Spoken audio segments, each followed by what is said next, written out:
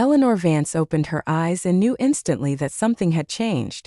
Not in the hospital room, decorated with the lavishness she herself had approved for the VIP wing of her clinic, but in the air, in the movements of the staff, in the way the chief of medicine, Dr. Simon Hayes, was speaking to Matthew just outside the door. Her husband's voice was muffled, but Eleanor could distinguish the intonations. She fluttered her eyelids, leaving a thin slit, an old trick she used in business negotiations when she wanted to hear what was being said by pretending to be distracted. Matthew. Dr. Hayes's voice sounded weary and cautious. I have to be honest, Eleanor's condition is critical.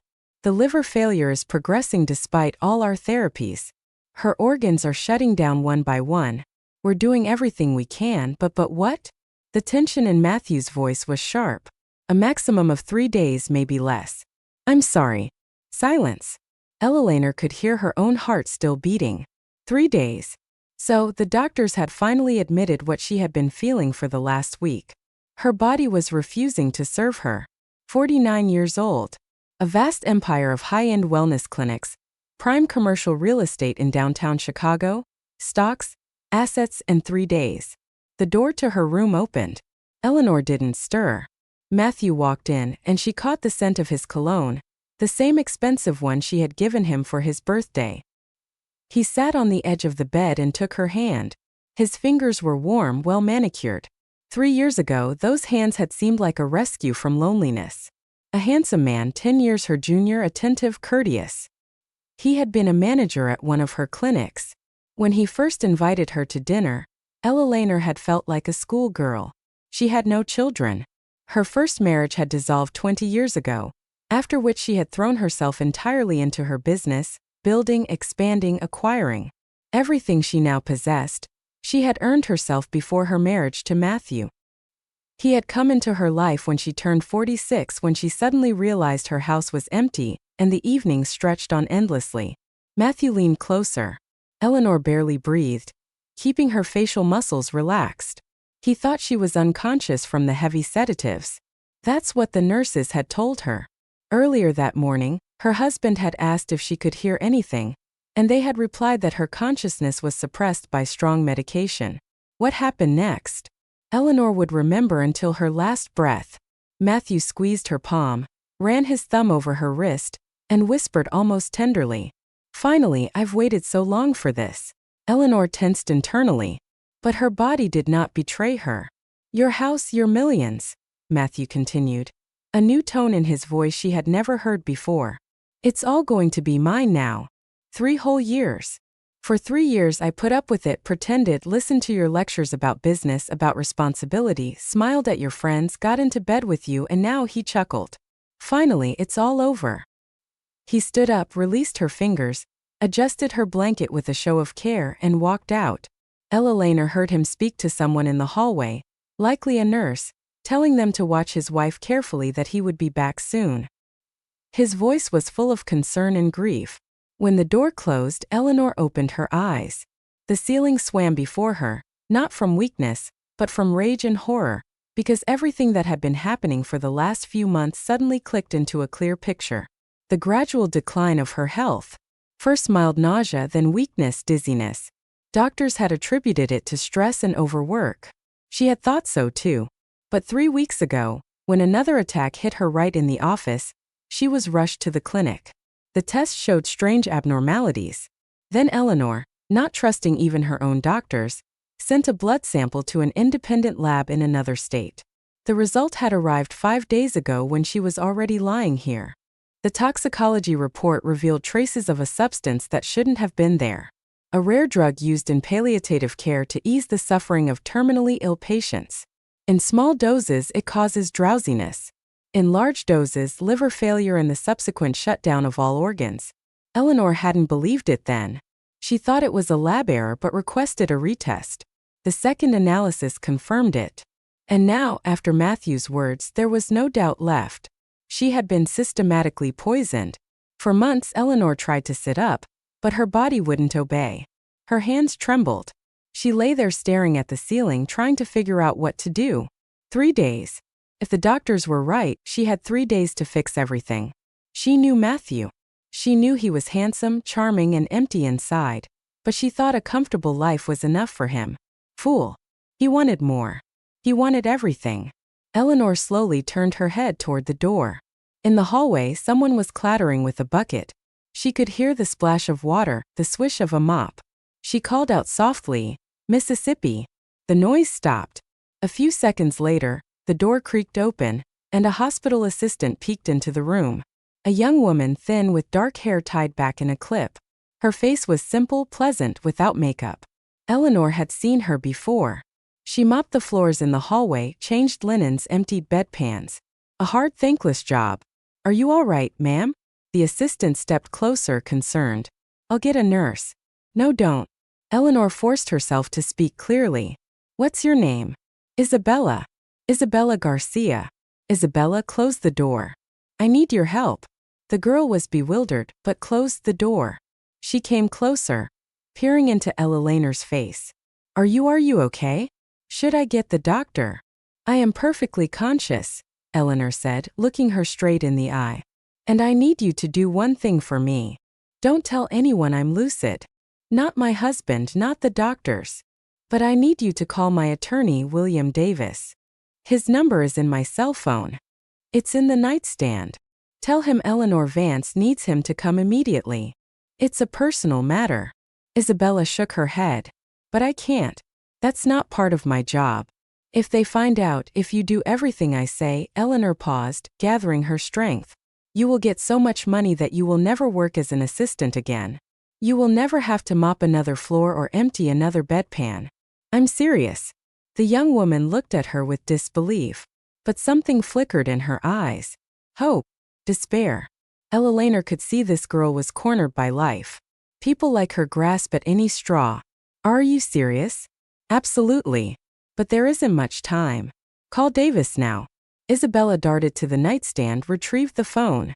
Her fingers trembled as she scrolled through the contacts.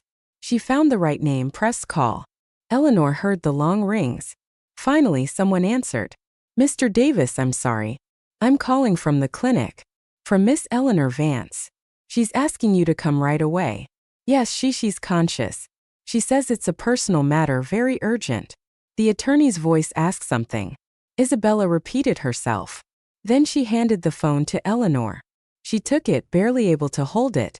"William, it's me," she said. "I need to draft a new will today. Now come here and bring a notary. And not a word to anyone." Davis was silent for a second on the other end, then answered curtly. "I'm on my way. I'll be there in an hour." Ella Laner gave the phone back to Isabella. "Thank you. Now all you have to do is wait here and be quiet. When he arrives, you will stay as a witness. Understand? But why me? Why do you trust me?" Eleanor gave a weak smile. "Because you're a stranger. You're not from my circle. My husband can't buy you or intimidate you. You're of no interest to him. And I need you exactly as you are." Isabella sank onto a chair by the wall, horrified by what was happening. Ella Laner closed her eyes, gathering her strength. An hour. She had to hold on for an hour. Time dragged on. Outside the window it was getting dark. The fall evening was setting in early. Isabella sat in silence, occasionally glancing at Eleanor, who dozed fitfully, but never lost consciousness. Exactly an hour later, the door opened and William Davis walked in. A man of 45, fit in a sharp suit, with the penetrating gaze of an experienced lawyer. Behind him was his assistant, Jessica, a woman of 25, holding a tablet with a weary expression on her face. "Eleanor." Davis approached the bed, studying her face. "What's going on?" "Close the door," Ella Laner commanded. "Sit down and listen carefully." Davis nodded to Jessica, who shut the door. Isabella remained by the wall as if afraid to move. Davis sat down, took out a voice recorder. "May I record this for legal clarity?" "You may." Ella Laner told him everything briefly and clearly about the lab results, about the toxic substance found in her blood, about what Matthew had said just an hour ago. Davis listened without interrupting, but his face grew harder and harder. "Do you have these lab reports?" "In the safe at home. The code is my mother's date of birth." "Get them. Make copies. This is grounds for a criminal investigation," Davis said slowly. "But first, we need to secure your final wishes. Otherwise, All your assets will legally pass to your husband. That's exactly why I called you. I want to leave everything to this young woman. Eleanor nodded towards Isabella. To Isabella Garcia. And she will pay you for your services in full. We'll include that in the will as well. Davis turned to look at the assistant. She had gone pale, but nodded her head in agreement. But why her? Because she is here. Because I trust her. And because I don't have time for doubts. All of my assets are premarital. I have no children. It's mine, and I have the right to dispose of it as I see fit. Draft the will so that Matthew cannot contest it. Davis nodded. We'll need a notary and a doctor who can confirm your legal capacity at the time of signing. Without that, the will is vulnerable. Arrange it today. Now. Understood. Jessica. Call a notary on duty and find a neurologist or psychiatrist, an independent one from another clinic. Have them come immediately. Jessica stepped out, pulling out her phone. Davis turned to Isabella. Miss, do you understand what is about to happen? Isabella nodded uncertainly. Not entirely. You will inherit all of Eleanor Vance's assets, the house, the clinics, the real estate, the bank accounts. You will become a very wealthy woman. But you will also become a target for her husband. He will try to contest the will. He might try to intimidate you or bribe you or worse. Are you prepared for that? Isabella was silent. Then she said slowly, Do I have to be? Yes, because legally we will do everything by the book, but psychologically it will be a war. Eleanor intervened. Isabella, I'm not asking you to be a saint. When you get the money, do what you want with it, but I ask one thing of you. See the case about his poisoning through to the end. Make sure he goes to prison so he can't kill anyone else and generously reward everyone who helps you in this. Do you promise? The young woman looked at her. Tears welling in her eyes. Promise. Half an hour later, the room was filled with people. A notary, an elderly man with a briefcase and a seal. A psychiatrist from a neighboring hospital. A woman in her 50s, Davis, Jessica, Isabella, and Eleanor herself. The psychiatrist conducted an examination, asking questions. What is today's date? Where are you? Who is the president? Eleanor answered clearly. The doctor wrote on a form. Patient is oriented to time, place, and person. Consciousness is clear. Legally competent. Signature seal. The notary opened his laptop and began typing the text of the will. He read it aloud. I, Eleanor Vance, being of sound mind and firm memory, do hereby bequeath all of my property, which at the time of my death shall belong to me, to Isabella Garcia. He looked up. Miss Vance, do you understand that you are disinheriting your spouse? I understand. Are you acting of your own free will without coercion? Yes. Do you confirm this? I confirm. The notary nodded and printed the form on a portable mini printer. Davis aimed his phone's camera, recording the entire procedure. Eleanor signed with a trembling hand. The notary affixed his seal and certified it. The witnesses were Jessica and a nurse from a different ward to preclude any claims of collusion. When it was all over, the notary placed the document in his folder. I will file this for safekeeping with the notary office. I'll have certified copies made tomorrow morning. Everything will be in accordance with the law. Eleanor nodded. Her strength was failing. Davis leaned over her. Eleanor, I'll handle the toxicology reports. I'll gather all the analyses. I'll contact the district attorney's office. Matthew will be held accountable. Thank you, she whispered. Everyone left. Only Isabella remained. She stood by the bed, not knowing what to say. Go home, Eleanor said tiredly. I'll see you tomorrow. Maybe. Isabella nodded and left. Eleanor was alone. She stared into the darkness outside the window and thought, 3 days, maybe less. But she had done it. She had deprived Matthew of the very thing he was killing her for, and that was the only thing that mattered now. She passed away during the night peacefully, without suffering. The nurses found her in the morning. When Matthew was informed, he sobbed in the hallway loudly, demonstratively. The clinic staff consoled him. He thanked them, clutching a handkerchief, while sparks of triumph danced in his eyes. His morning began with a phone call. Matthew Asher was sitting in Eleanor's office, his office now, as he saw it shuffling through papers. Real estate deeds, bank statements, lease agreements, all this wealth now belonged to him. 3 years of waiting, 3 years of playing the loving husband, and this was the result. He leaned back in the leather chair, stretching. Outside it was a clear fall day. The leaves on the trees burned yellow and orange. Beautiful. Matthew smiled. Life was looking up. His phone vibrated. Jennifer, he answered. Yes, my love. How are things? His mistress's voice was cautious. Perfect. She died last night. Quietly. No witnesses. The doctor said. Liver failure. No questions asked. Are you sure? Absolutely. I calculated everything. The dosage was minimal, spread out over months. The drug breaks down quickly, leaving almost no trace. Even if someone wanted to check, they won't find anything. Jennifer paused. And the will? What will? She never made one. I checked. All the property was premarital. No kids. That means I inherit as the spouse. The law is on my side. I hope you're right, Jenny. Don't worry. In 6 months I'll have everything settled. Sell the clinics, the real estate, and we'll leave wherever you want. Abroad. There's enough money for several lifetimes. Jennifer sighed. All right. Just be careful. Don't rush.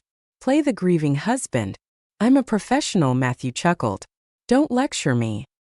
He hung up and reached for the cabinet where Eleanor kept her collection of fine brandy.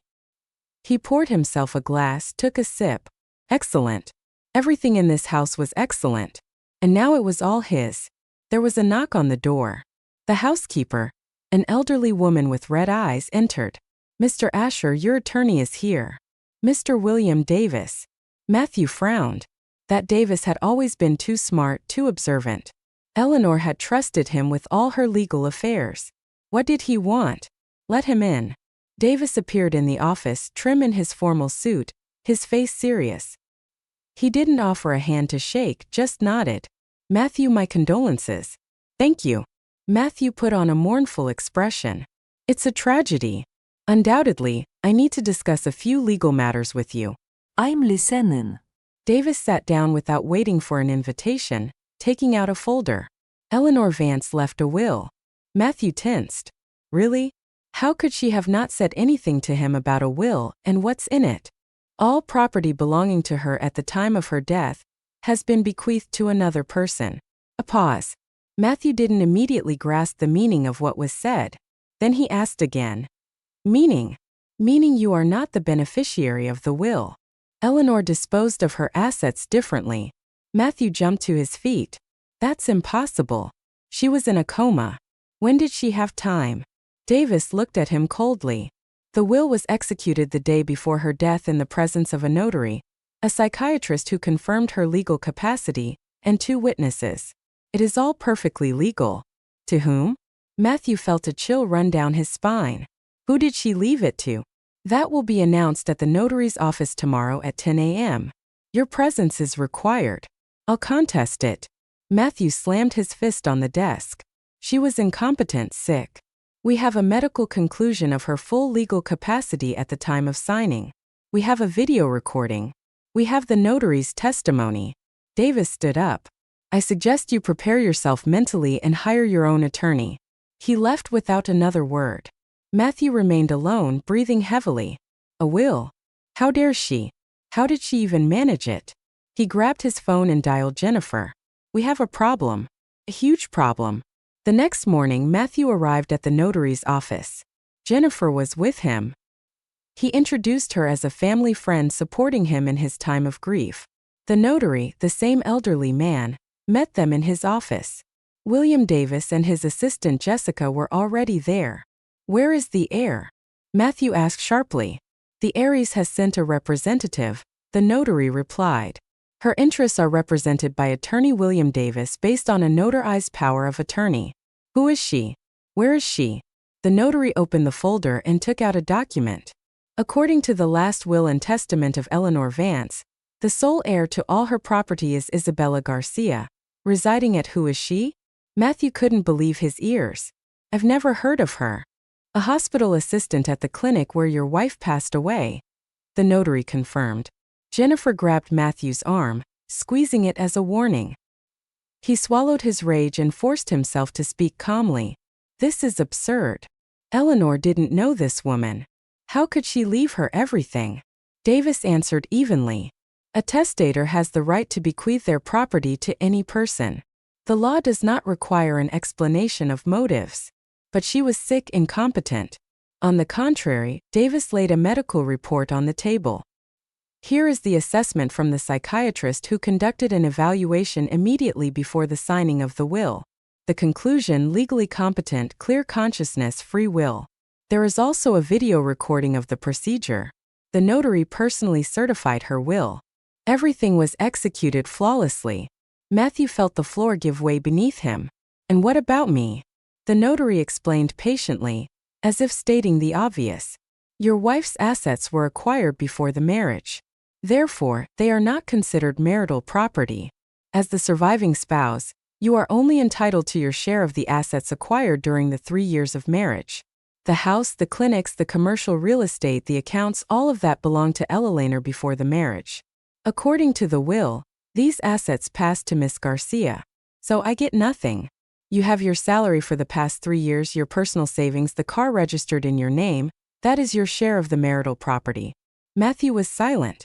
His head was spinning. 3 years. For 3 years he had poisoned her, endured, pretended. For what? So some goddamn assistant could get millions. Where is she? He asked quietly. Dangerously. Miss Garcia has filed a petition to accept the inheritance through her representative, the notary replied. You do not need to know her whereabouts. I want to talk to her. That is not possible, Davis interjected. My client does not wish to meet with you. I will contest the will. I'll sue. That is your right. But I warn you, we have every reason to believe that a challenge will be unsuccessful. The will is legally sound. The testator's will is clearly expressed. Medical documents confirm her capacity. There are no grounds to declare the will invalid. Matthew stood up, swaying. Jennifer took his arm. They walked out of the office in silence. On the street, Matthew stopped and turned to Jennifer. It's all gone, he whispered. Not everything, Jennifer said, her gaze hard. We'll find this girl. We'll make her renounce it. Intimidate her. Bribe her. It doesn't matter. The important thing is to act fast. Davis has her hidden somewhere. We'll find her. I have connections. People who know how to find people. Give me a couple of days. Matthew nodded. Hatred churned in his chest. Eleanor had tricked him. Even in death, she had managed to get her revenge, but he wouldn't give up. Not after everything he had invested. Meanwhile, a meeting was underway in William Davis's office. He sat at his desk across from Jessica and a private investigator, Michael Johnson, a former police detective, a solid man of 42 with graying hair. Here's the situation, Davis began. Garcia is safe for now. She has moved to a neighboring state, rented a room, and found temporary work. But Asher will be looking for her. He won't stop. What can he do? Jessica asked. Intimidate, bribe, coerce her into renouncing the inheritance. In the worst-case scenario, physically eliminate her if she refuses. We're dealing with a man who systematically poisoned his wife. He's capable of anything. Johnson nodded. I'll pull all the surveillance footage from the clinic, track everyone who had contact with Vance in her final months. I'll check pharmacies, see what Asher was buying, what kind of drugs. Good. One more thing. We need a criminal case. Without it, Asher will remain free and continue to hunt Isabella. I've already prepared a statement for the district attorney's office. I'm attaching the toxicology reports that Eleanor commissioned. They clearly show a substance in her blood that she was not prescribed by doctors. Jessica clarified. What if the official autopsy doesn't confirm poisoning? It will. Eleanor was meticulous. She sent samples to 2 independent labs. The results are identical. Moreover, she kept a journal of her symptoms, noting the deterioration by date. It's all circumstantial but compelling evidence. Who will we give the case to? Detective Rodriguez. He's with the CPD, a professional. Doesn't take bribes. If anyone can bring this to trial, it's him. Johnson stood up. I'm starting now. I'll have the first results for you tomorrow. He left. Davis turned to Jessica. Contact Isabella. Tell her everything is going according to plan. Tell her to lay low, not to draw attention. If anything happens, call me immediately. Got it. And one more thing. Pull up all of Vance's documents, contracts, deeds, statements. I want to be sure every asset is legally protected. Asher will try to find loopholes. We'll close them in advance. Jessica nodded and left. Davis was alone. He opened his safe, took out a copy of the will, and read it again. Everything was perfect, every word, every comma. Eleanor Vance was a smart woman. Even as she was dying, she had thought of every detail. He remembered their last conversation in the hospital room, how she had looked at him calmly, without fear. William, I know I'm dying, but I don't want him to get anything. Not a single penny. Let him understand that he killed me for nothing. Eleanor, are you sure you want to give everything to Garcia? You barely know her. I know enough. She's honest. Works for peanuts. Rents a room. Is paying off a loan for her deceased mother's medical treatment. You can't buy people like that. You can trust people like that with revenge. Revenge? Yes. I want Matthew to go to prison. I want him to be tried for my murder. And Isabella is a witness. She saw him enter my room. She heard what I said afterward. She will help the investigation. She promised me. Davis had nodded then. And now he was fulfilling the promise made to a dying client. He locked the will back in the safe and picked up the phone. He dialed Detective Rodriguez's number. Detective, it's Davis. I have something for you. A possible homicide by systematic poisoning. I'm sending the documents over. It's a complex case but a promising one.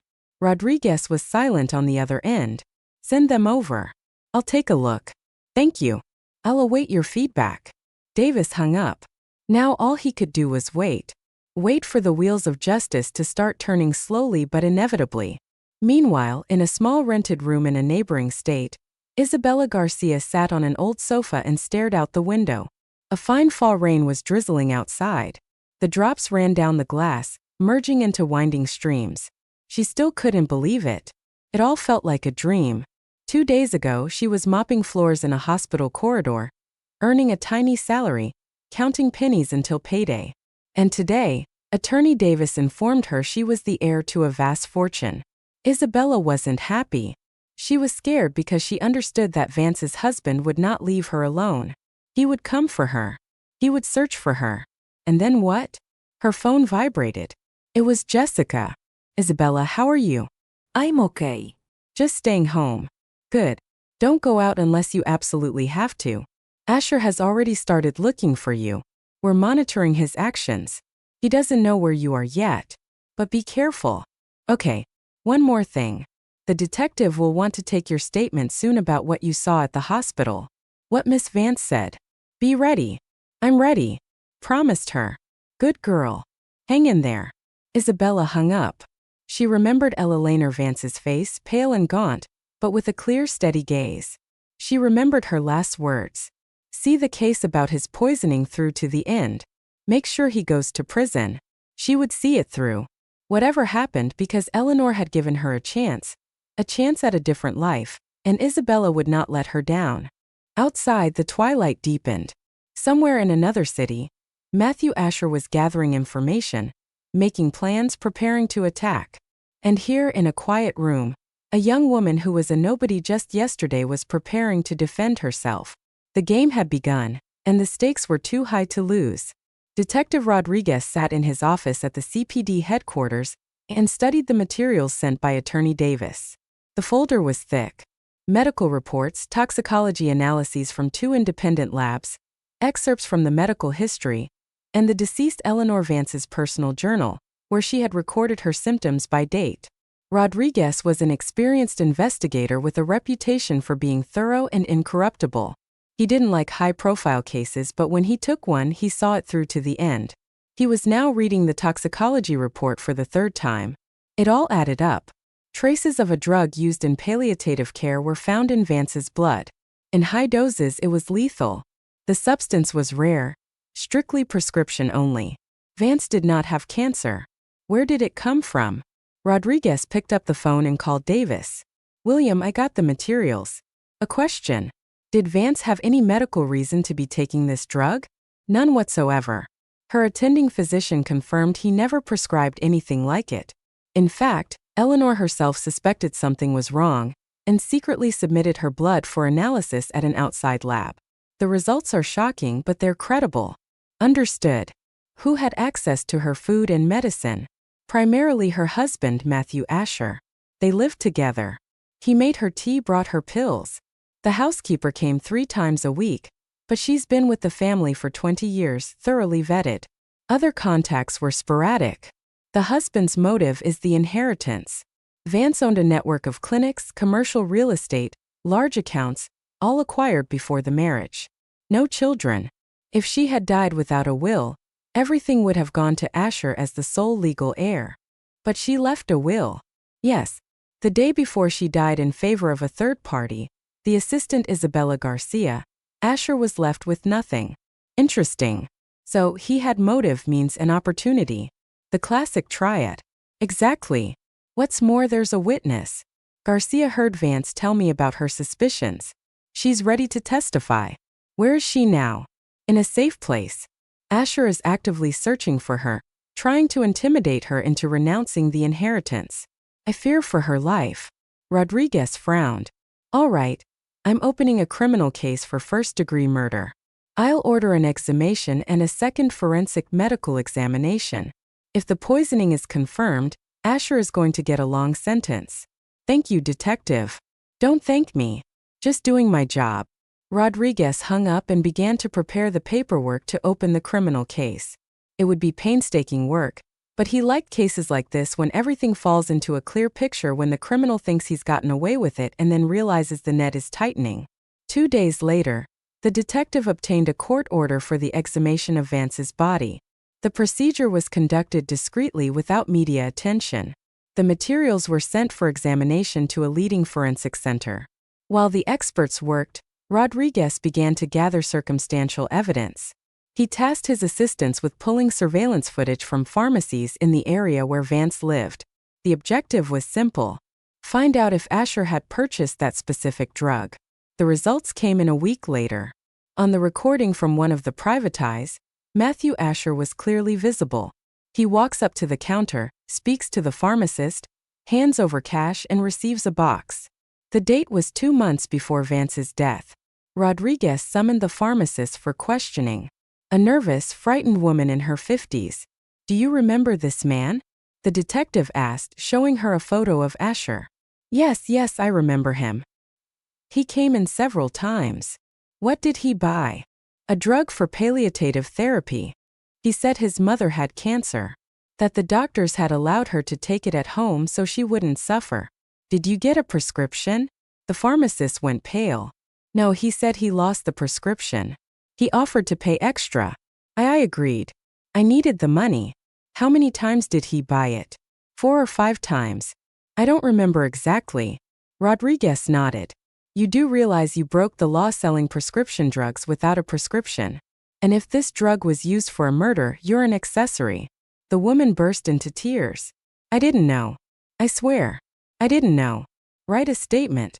A voluntary confession. It will mitigate your guilt, but you will have to testify in court. She nodded, wiping her tears. Rodriguez dictated the statement to her. She signed it. Another thread leading to Asher was now documented.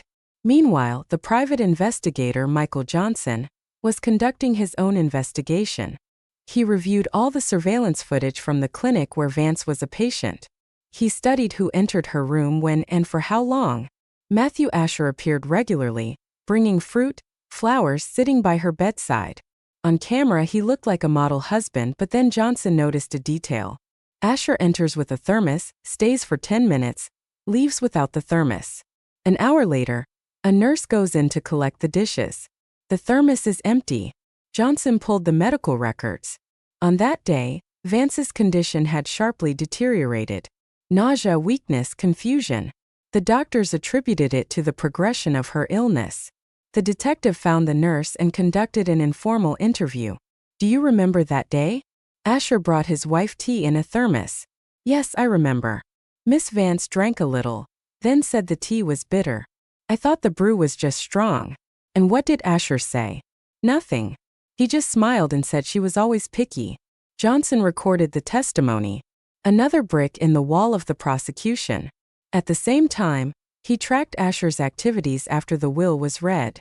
Matthew had hired people, 2 burly guys from a private security firm. They were scouring the city, questioning Isabella's former colleagues, neighbors, acquaintances, looking for where she had gone. Johnson reported to Davis. Asher is getting active. His men have already found out that Garcia was renting a room on the outskirts. They questioned the landlady. She said the girl moved out a week ago, left no forwarding address. They'll find her sooner or later. Yes, they have the resources. We need to get ahead of them. I propose we set up a meeting between Garcia and Asher's men, but under our control, we'll record the attempt at pressure intimidation. That will be grounds for opening another criminal case. Coercion, threats. Davis thought it over. It was risky, but it was a workable option. I'll talk to Isabella. He contacted Garcia and explained the plan. The young woman was hesitant at first, scared. But Davis convinced her. Isabella, they're going to find you anyway. It's better if it happens on our terms. We will be nearby. The police will be nearby. You will not be harmed, and Asher will be cornered even further. Okay, she said quietly. I'll do it. Johnson arranged for a leak of information. Through an acquaintance at the security agency, he fed Asher's men a tip. Garcia is working at a small private lab in the neighboring city of Springfield. The information reached Matthew in 2 days. He immediately drove there with Jennifer and 2 security guards. The plan was simple. Find the girl, scare her, make her sign a renunciation of the inheritance. If she refused, apply more pressure. They tracked Isabella down in the evening as she was leaving the lab, surrounding her on an empty street. Matthew stepped forward, smiling. Isabella Garcia. Alas, we need to talk. The young woman backed away. Matthew continued without raising his voice. You received something that belongs to me by right. Eleanor was my wife. I took care of her for 3 years. And you're just some random girl who happened to be there at the right moment. Do you think that's fair? Isabella was silent. Matthew took some papers out of his pocket. Here is the renunciation of inheritance. Sign it and I'll give you $300,000. That's enough to pay off your debts and start a new life. If you refuse, he nodded towards the security guards. You'll regret it. I won't sign. Isabella managed to say. Matthew's face darkened. Jennifer stepped closer, her voice clawing. Honey, you don't understand who you're dealing with. Matthew isn't the type to give up. If you don't sign willingly, he'll make you painfully. Think about yourself, your health. I said, no. One of the security guards moved forward, but at that moment Johnson emerged from around the corner. Behind him were 2 uniformed police officers. Freeze. Police. Matthew froze. Jennifer went pale. The security guards exchanged confused glances. Johnson approached Isabella. Are you okay? Yes, she said, trembling but holding her ground. They were threatening me, demanding I sign away the inheritance. A police officer was taking notes. Matthew tried to justify himself. We were just talking. There were no threats. We have it all on tape, Johnson said, pulling a small recorder from Isabella's pocket. Every word, including the part about her regretting it if she refused. Matthew knew he was caught. The police drew up a report detaining him and Jennifer for questioning. The security guards were released with an order to appear later. At the station, Matthew was held until morning, then released on his own recognizance, but a case was opened. Detective Rodriguez received the materials and initiated proceedings for coercion and making threats. Now there were 2 cases against Asher, the murder of his wife and threatening the eyes. The situation was becoming critical. Matthew returned to the house that no longer belonged to him. Jennifer was on the sofa, holding her head in her hands and moaning. It's all falling apart, Matthew. They're backing us into a corner. Shut up, he snapped. I'm thinking. What is there to think about? We need to run. Before it's too late. Run? Where? I don't have any money. Eleanor left everything to that damned girl. All I have left is my pathetic salary from the last 3 years, which is long gone. Then what are we going to do? Matthew was silent. He knew time was running out. The detective was digging. The PI was collecting evidence. Witnesses were giving testimony.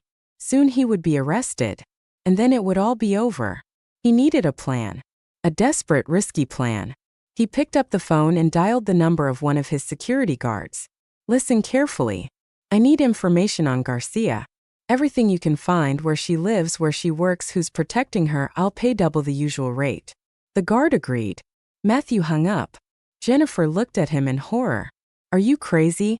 After what just happened, you're going to... I'm not giving up. Matthew interrupted her. I spent 3 years on that woman. 3 years. And now some assistant gets everything. No, I will make her renounce it at any cost. Jennifer stood up. Then you're on your own. I don't want to go to jail because of your vendetta. Then get out of here. Matthew threw back. I don't need you anymore. She slammed the door. Matthew was left alone. He sat in the dark, breathing heavily. He was consumed by hatred. For Ella Lehner, who had tricked him. For Isabella, who had stolen his future. For Jennifer, who had run away, leaving him alone. For Davis, who had turned everything into a legal war. But he would never give up.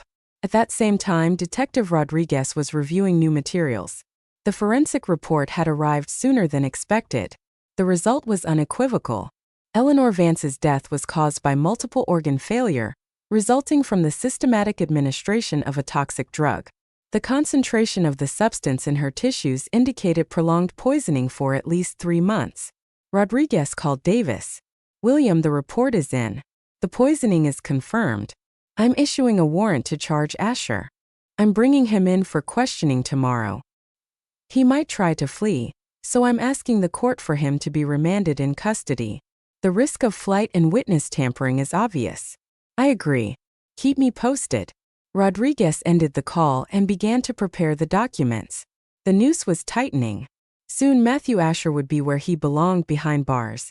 Matthew Asher received the summons at 8:00 a.m. A courier handed him the envelope and asked for a signature. Matthew opened it, a summons for questioning at the CPD as a suspect in a homicide case. He read it twice. So the report was ready. They had found proof. There was no time left at all. Matthew threw the summons on the table, grabbed his phone, and dialed the security guard. Did you find out exactly where Garcia lives in Springfield? Yeah. She's renting a room at 17 Maple Street. No security with her, but that P.I. Johnson shows up periodically. Excellent. How much do I owe you? 50 grand. You'll get it. Just one more favor. I need you to scare her for Real. So, she understands it's either renounce the inheritance or what? Find her in a ditch? The guard paused. That's different money and different risks. 100 grand in cash. Half now, half after. When? Tonight. I'm going myself. You're with me. We'll bring one more guy, a reliable one. Deal. Matthew hung up. Adrenaline was coursing through him. He knew it was madness. The detective was on his tail questioning tomorrow. He could be arrested. But if he did nothing, he would lose completely. And if Garcia renounced the inheritance, the case would fall apart. Without the inheritance, there's no motive. Without a motive, the charges are weaker. He packed a bag, cash, documents, a burner phone. He left a note for the housekeeper saying he was going to a friend's for a couple of days, that his nerves were shot. He got in his car and drove to meet the guard. Meanwhile, in Springfield, Isabella Garcia was finishing her workday. The lab closed at 6 p.m. She changed and went outside. November had set in. Cold wind, dampness. It got dark early. Isabella walked along the deserted street toward the bus stop. Her phone vibrated. It was Jessica. Isabella, where are you? I'm heading home. Work's over. Johnson can't meet you today. He's on another case. Be careful. If anything happens, call immediately. Okay. Isabella put her phone away. She looked around. The street was empty. The streetlights cast a dim glow. She felt uneasy. She quickened her pace. She heard the sound of an engine behind her. A car. Isabella turned around. A black SUV was driving slowly, keeping pace with her. The window rolled down. A stranger was behind the wheel. In the back seat was Matthew Asher. Isabella Garcia. Get in. We need to talk. No. She backed away. The SUV stopped. The doors flew open. 2 men, burly and dressed in dark clothes, jumped out. One grabbed Isabella's arm. The other covered her mouth.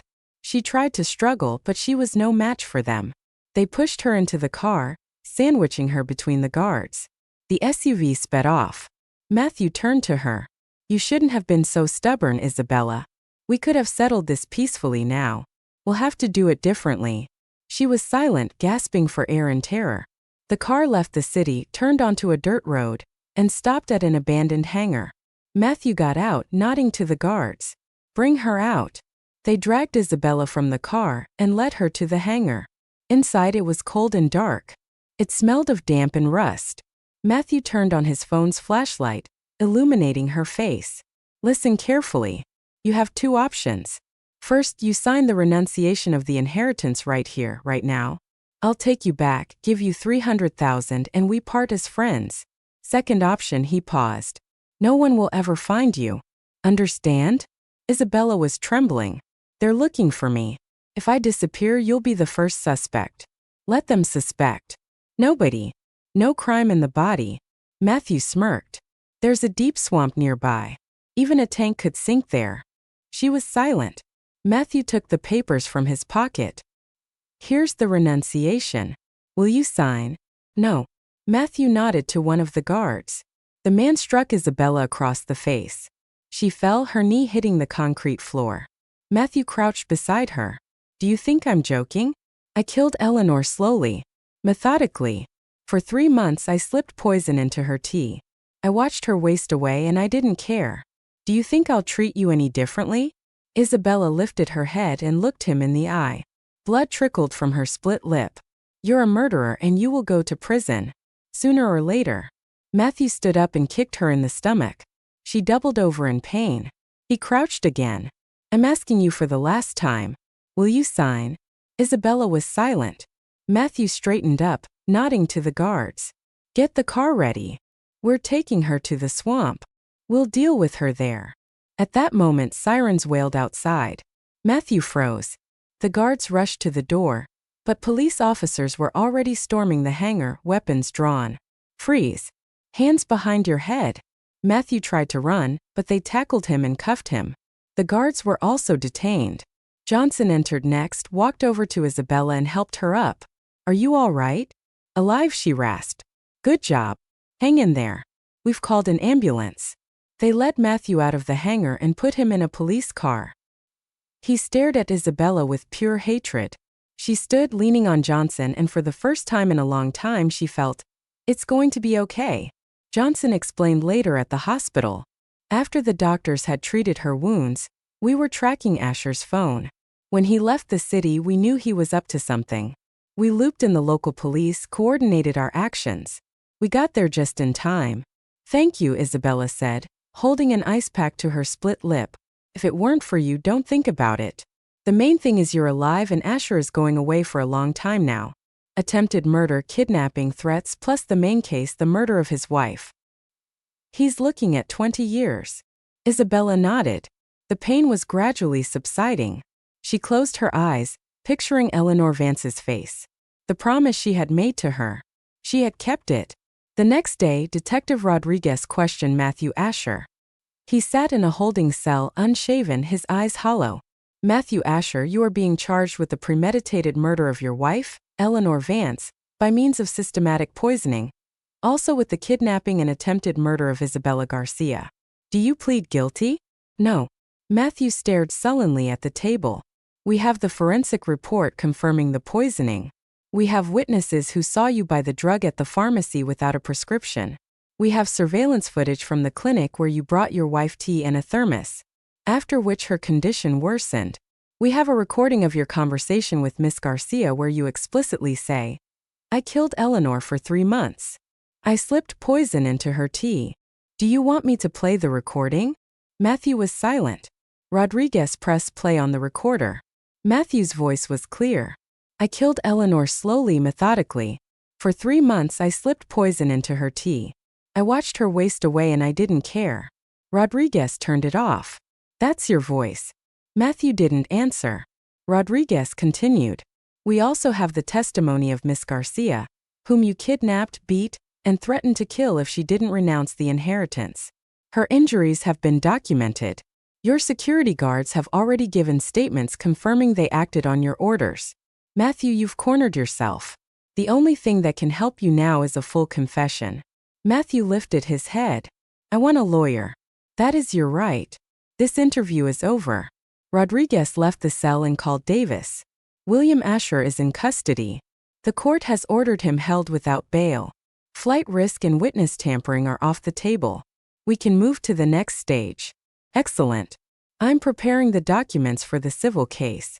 Asher is still contesting the will, but his position is even weaker now. The court will see a man accused of murdering his wife trying to get her assets. It's cynical. Agreed. What are his chances of winning the civil case? 0. The will is flawlessly executed. The medical evaluation of her capacity, the video recording, the notary's testimony, it's all there. The court will dismiss his claim. No question. Then all that's left is the criminal case. I'm continuing to gather evidence. I'll soon hand it over to the DA's office to approve the indictment. Keep me posted. Rodriguez ended the call. The work was proceeding as planned. A few more weeks and the case would go to trial. Meanwhile, in the neighboring city, Isabella Garcia was sitting in an apartment that Davis had rented for her, a safe house, round-the-clock security. She looked out the window at the November sky and thought about how her life had changed. A month ago, she was a nobody mopping floors, earning a pittance, living in a rented room. Now she was the eyes to a vast fortune, a key witness in a criminal case, a woman someone had tried to kill. She didn't feel happy about the money. Not yet, because she understood its price, the life of Ella Lehner Vance. And that price came with an obligation. The phone rang. It was Davis. Isabella, how are you? Okay. The bruises are healing. Good. I have news. Asher is in custody. The investigation is gathering the final pieces of evidence. The case will go to trial soon. The civil proceedings regarding the will are running in parallel. We should have a decision in a month. And what should I do? Wait. Testify when asked and prepare for the fact that after the trial you will become the full legal owner of all of Vance's property. Isabella paused. William, what if I don't want it? Don't want what? All of this. The money, the houses, the clinics. It's scary. I don't know how to live with all this. Davis sighed. Isabella, Eleanor chose you for a reason.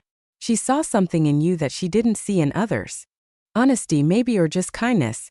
She wanted you to have a chance. Don't turn your back on it. Take the money. Build a life. But remember, you promised her you would see this through to the end, and you will keep that promise. I remember. That's good. Hang in there. It will all be over soon. Isabella hung up and looked at a photograph of Eleanor Vance that Davis had given her. A middle-aged woman with an intelligent face and a steady gaze. She had lived a difficult life, built a business, lost love, and then was betrayed and murdered. Isabella said quietly into the empty room, I will see it through to the end. I promise. In the county jail, Matthew Asher lay on his bunk and stared at the ceiling. His life was in ruins. Everything he had built over 3 years had crumbled in a month. Eleanor had beaten him, even from the grave.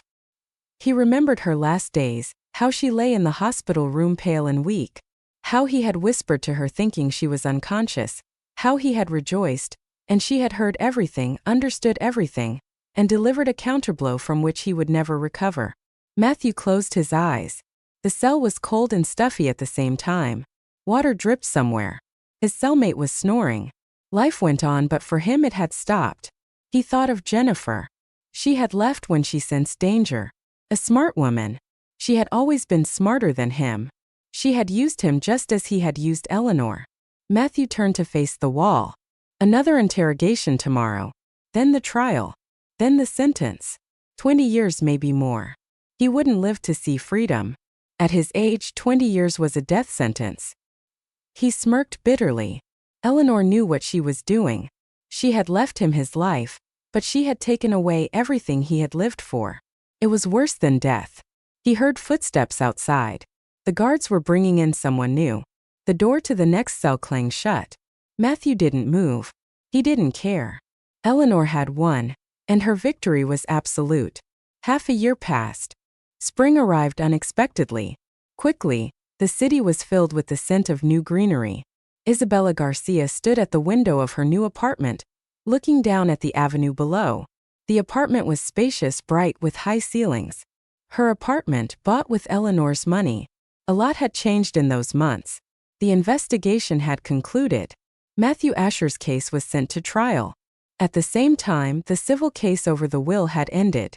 The court upheld Eleanor Vance's will as legal and valid, dismissing Asher's lawsuit. Isabella officially became the heirs to all the property. The house, the clinics, the commercial real estate, the accounts. She still couldn't believe it.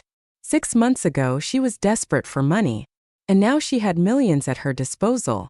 The phone rang. It was Davis. "Isabella, the verdict is being read tomorrow. Will you be there?" "Yes, definitely." "All right. I'll meet you at the courthouse at 9 a.m. The next day, Isabella arrived at the county courthouse. Davis was already waiting at the entrance with Jessica. They passed through the metal detectors and went up to the 3rd floor. The courtroom was small, but it was crowded with people, journalists, relatives of other defendants, lawyers. Matthew Asher sat in the defendant's cage. He had lost weight, looked gaunt, with stubble on his face. Next to him was Jennifer, also a defendant, but on lesser charges. She stared at the floor, avoiding everyone's gaze. The judge entered, a stern, middle-aged woman in a robe with a white collar. Everyone rose. The judge sat, put on her glasses, and opened a folder. In the name of the state, this court, having considered the criminal case against the defendant Matthew Asher for the commission of crimes, has established the following. She began to read the verdict. Isabella listened intently. Every word was important. Asher, being married to Eleanor Vance with the intent to seize her property, systematically added a toxic drug, used in palliative care, to her food and drinks. The defendant's actions led to the development of multiple organ failure in the victim, and her subsequent death. The judge turned the page. Asher's guilt is confirmed by the following evidence. The conclusion of the forensic medical examination, which established the presence of a toxic substance in the deceased's body, in a concentration inconsistent with accidental ingestion. The testimony of the pharmacist who sold the defendant the drug without a prescription. Surveillance footage from the pharmacy and the clinic. The testimony of witness Isabella Garcia. An audio recording of the defendant's confession made during the kidnapping of Garcia. Matthew sat motionless, clenching his jaw. The judge continued. Furthermore, Asher committed the kidnapping of Garcia with the intent to coerce her into renouncing her inheritance, used violence against her, and threatened her with murder. This guilt is confirmed by the victim's testimony, witnesses, the police officers who found Garcia in the abandoned hangar, the medical examination of her injuries, and the audio recording of the threats. She paused, looking at Matthew. The court finds Asher's guilt to be fully proven. No mitigating circumstances have been found. On the contrary, there are aggravating factors. The crime was committed for personal gain with particular cruelty towards a close person. The defendant has shown no remorse and has not admitted guilt. Isabella clenched her hands in her lap. Davis placed a hand on her shoulder reassuringly. The judge read the final part. Based on the laws of this state, the court sentences Matthew Asher to be found guilty of the crimes of first-degree murder, kidnapping, and coercion. By the totality of the crimes, he is sentenced to a term of imprisonment of 22 years to be served in a maximum security correctional facility. Matthew flinched, grabbing the bars of the cage. Jennifer sobbed. The judge moved on to her case. Jennifer is found guilty of being an accessory to the crimes of kidnapping and coercion. She is sentenced to a term of imprisonment of 7 years to be served in a general population correctional facility. The judge closed the folder. The verdict may be appealed. This court is adjourned. Everyone rose. The guards let Matthew and Jennifer out. Matthew turned back and met Isabella's eyes. His gaze was filled with hatred, but also something else. The realization of his complete ruin. Isabella looked at him calmly. She felt no triumph, just the fulfillment of the promise made to Eleanor Vance. She had seen it through to the end. They left the courtroom. Davis put an arm around Isabella's shoulders. "It's over. You're free. Thank you." She smiled faintly. "To you, Jessica Johnson, Detective Rodriguez. I couldn't have done it without you. We were just doing our jobs. You were brave. That's what matters." They descended the steps of the courthouse. The sun was shining outside. Isabella took a deep breath. For the first time in 6 months, she felt a sense of relief. Isabella became the rightful owner of Eleanor Vance's house, 3 private clinics, 2 shopping centers, office buildings, and bank accounts. The sum was enormous, tens of millions of dollars. Isabella hired managers for the clinics and real estate agents to sell some of the property. She didn't want to keep it all. It was too much. She sold the shopping centers and one of the office buildings, keeping the house and 1 clinic that was performing well and generating a stable income. The money from the sales was invested in secure assets. A portion was donated to charity to a foundation helping cancer patients. Another portion was used to pay off all her debts, her own, her mother's, those of distant relatives. She paid Davis and his team a generous fee, more than they had asked for. Johnson, too. She gave Detective Rodriguez an expensive watch. He couldn't accept money, but he took the gift. "Thank you," Rodriguez said, shaking her hand. "Not everyone could withstand that kind of pressure. You did well. I just kept a promise. That's worth a lot." Isabella smiled. Rodriguez left and she remained alone in Davis's office. He poured her a cup of tea and sat across from her. "What's next, Isabella?" "I don't know. I want to live a quiet life without fear, without being chased. I want to go to school, get a degree in psychology. I have the chance now. That's a good plan. Ella Laner would have wanted you to be happy. I'll try." Davis nodded. "If you need anything, just call. I'll always be here to help." "Thank you."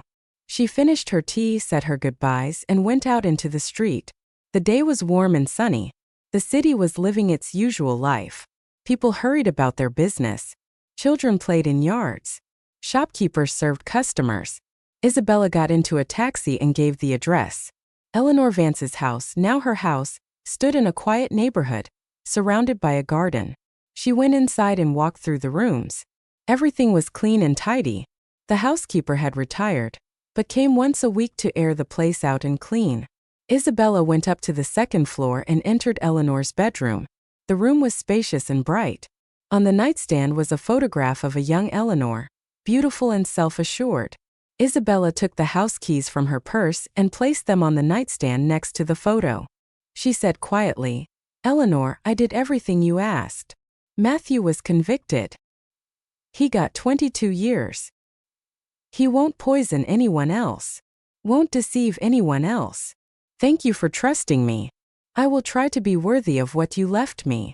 She stood there in silence for a moment, then left the room, went downstairs, and sat in an armchair by the fireplace in the living room, closing her eyes. It was all over. Matthew was behind bars. Jennifer, too. The inheritance was settled. The debts were paid. Life was beginning anew. Isabella remembered that day in the hospital room when Eleanor had called for her, remembered her words. "If you do everything I say, you will never work as an assistant again." Back then, it had seemed like the delirium of a sick woman. Now it was her reality. She opened her eyes and looked at the fireplace. Life had given her a chance. Ella Laner had given her a chance, and she would not waste it. She kept the house but rarely lived there, preferring her apartment downtown. The clinic provided an income. The managers worked honestly. Isabella monitored the finances but didn't interfere in the day-to-day operations, knowing she didn't have the expertise yet. Isabella often thought of Matthew. Had she forgiven him? No. But she didn't feel hatred either, just indifference. Matthew was in the past, along with the life where she mopped floors and lived hand-to-mouth. That fall, Isabella enrolled in the university in the psychology department. That was when she returned to Eleanor's house. She walked through the rooms, stopping at the bedroom. She went in, sat on the edge of the bed, and looked at the photograph. "Eleanor," she said, "a year has passed. I've managed. I've learned to live with this inheritance. I haven't wasted it. Haven't gone crazy from the money. Matthew is in prison serving his sentence. Jennifer, too. Everything is as you wanted. Thank you for your trust, for the chance." She stood up, left the room, and closed the door quietly, carefully. Life went on without revenge, without hatred, just life. And that was the best thing Isabella could do. Live with dignity, honestly, remembering the woman who had given her everything. Eleanor Vance had won not with force or anger, but with intelligence, calculation, and a belief that justice exists. Matthew had paid for every dose of poison, for every lie, for every second he watched his wife die. And Isabella got a chance and she used that chance wisely.